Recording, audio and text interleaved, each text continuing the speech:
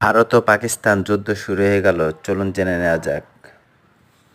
সামরিক উত্তেজনা যখন তুঙ্গে তখন হিসেব নিকেশ শুরু হয়েছে দুদেশের সামরিক সক্ষমতা নিয়ে। কোন দেশ কোন শক্তিতে এগিয়ে বা পিছিয়ে তা নিয়ে চলছে চুলচেরা বিশ্লেষণ। পরিসংখ্যান বলছে সেনা, বিমান ও নৌ শক্তিতে ঢের এগিয়ে ভারত, তবে পরমাণু শক্তিতে সমান সক্ষমতা রয়েছে দুদেশেরই। আলাদা দেশ হিসাবে আত্মপ্রকাশের পর থেকেই একে অপরের সাথে পাল্লা দিয়ে সামরিক সক্ষমতা বাড়িয়েছে ভারত পাকিস্তান। দুর্বল অর্থনীতি আর অভ্যন্তরীণ অস্থিরতায় কয়েক দশকে প্রতিবেশীর তুলনায় অনেকটাই পিছিয়ে পড়ে পাকিস্তান। গ্লোবাল ফায়ার পাওয়ার র্যাঙ্কিংয়ে বিশ্বের চতুর্থ সামরিক শক্তিশালী দেশ ভারত।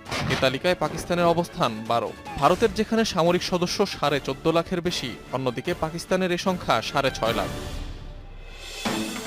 বহরের আকার বিবেচনায় বিমান বাহিনীতেও অনেক এগিয়ে ভারত। দেশটির বিভিন্ন ধরনের সামরিক বিমান আছে 2000-এর বেশি।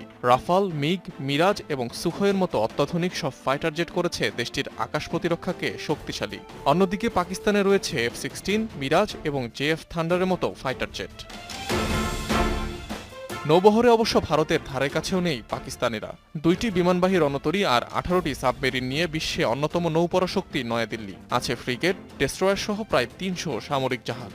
পাকিস্তানের নৌবাহিনীতে রণতরী নেই একটিও, সাবমেরিন মাত্র 8টি। সব মিলিয়ে দেশটির সমর ভাণ্ডারে সামরিক জাহাজ 121টি। আর্টিলারি এবং আর্মার ডিভিশনও এগিয়ে ভারত। দেশটিতে ট্যাঙ্ক 4000-এর বেশি। অন্যদিকে পাকিস্তানে আছে 2600